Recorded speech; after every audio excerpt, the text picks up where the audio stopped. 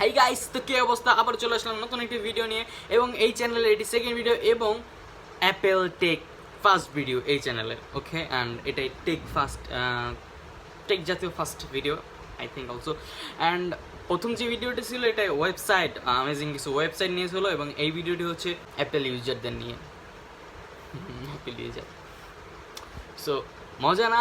So আজকে আমরা জানবো কীভাবে আইফোনের ভিতরে অ্যাসিস্টিভ টাচ অন করতে হবে, অ্যাক্টিভ করতে হবে, এনাবেল করতে হয় কীভাবে।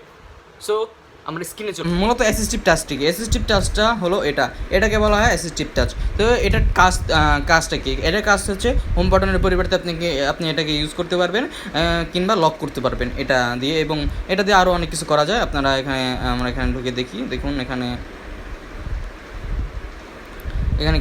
এখানটাতে ক্লিক করলে আপনি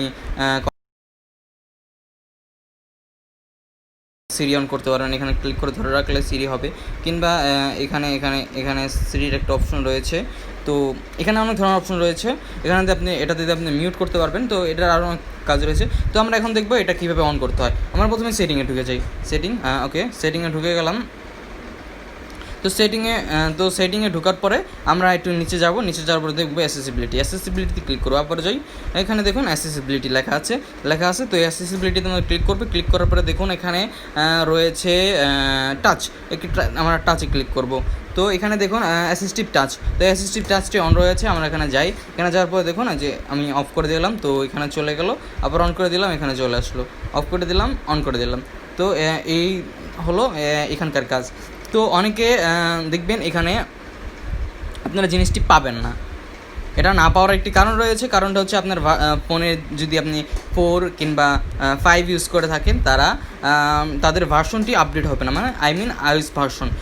তো এর জন্য আপনারা কি করবেন, এখানে জেনারেল যাবেন। তাদের জন্য বলছি এখানে জেনারেলে যাবেন। জেনারেলে যাওয়ার পরে দেখবেন এখানে একটু সোয়াইপ করবেন, দেখবেন অ্যাসিস্টিভ টাচ আপনারা পেয়ে যাবেন। অ্যাসিস্টিভ টাচ থেকে অ্যাসেসিবিলিটি পাবেন। এখানে গেলে আপনারা অ্যাসেসিবিলিটি পাবেন। অ্যাসেসিবিলিটি পাওয়ার পর আপনারা এটা কী করবেন, এই যে এখানে যেরকম টাচ আছে, এই টাচ লেখাটি আপনাদের থাকবে না।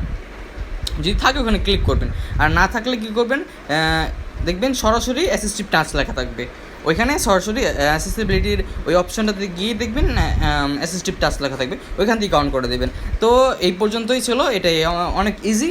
তো দেখে আসলেন কীভাবে অ্যাসিস্টিভ টাচ অন করতে হয় বা অ্যাক্টিভ করতে হয়। এখন আমরা জানবো অ্যাসিস্টিভ টাচের কাজ কী।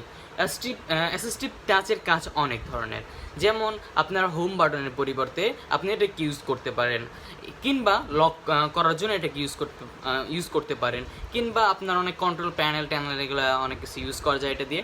এই জন্যে যারা অ্যাপল ইউজ করে তারা অ্যাসিস্টিভ টাচটি ইউজ করে, লাইক সরাসরি সেটিংয়ে না গিয়ে বা এভাবে সোয়াইপ না করে এখানে টাচ দিয়ে সব কিছু কমপ্লিট করে ফেলে। আর যারা অ্যাপেল ইউজ করেন তারা জানেন মোটামুটি যে এটার কাজটা কী মূলত, এবং আর বাকি কিছু বলার থাকে না। তো এই ভিডিওটি ভালো লাগলে লাইক করে দিন এবং সাথে সাবস্ক্রাইব করে দিন, এবং এরকম আরও ভিডিও পেতে হলে এই চ্যানেলটির সাথে থাকুন, বেল আইকনটি অন করে দিন। এবং আপনাদের জন্য আরেকটি কথা বলে রাখি, আমার এই চ্যানেলে আইফোন, ম্যাক, এটসেট্রা, iMac এগুলো সম্পর্কে যেসব ইনফরমেশনগুলো আছে, কিংবা যেসব কাজের জন্য আপনাকে মোটা অঙ্কের টাকা গুনতে হয়, সেগুলো একদমই ফ্রি এখান থেকে দেখে নিতে পারবেন, এবং আপনি সেটাকে প্রয়োগ করে আপনার কচকচা নোটগুলো বাঁচাতে পারবেন।